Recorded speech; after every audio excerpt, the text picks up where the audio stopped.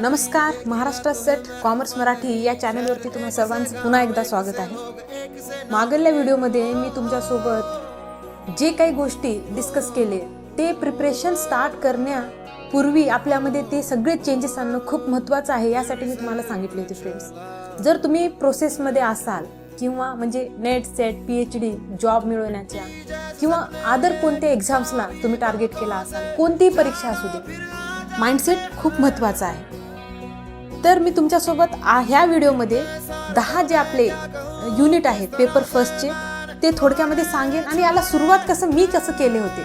मी तुम्हाला दुसरं काही सांगणार नाही जे मी स्वतः प्रॅक्टिस केलेलं नाही। तर एक मुलगी जे खूप वर्षाच्या गॅप नंतर प्रिपरेशन स्टार्ट करत होती, त्यावेळेस तिला जे काही समजलं, म्हणजेच मी प्रिपरेशन करते वेळेस कशा पद्धतीनं स्ट्रॅटेजी ठेवले होते आणि कसा अभ्यास केले, कसं सुरुवात केले,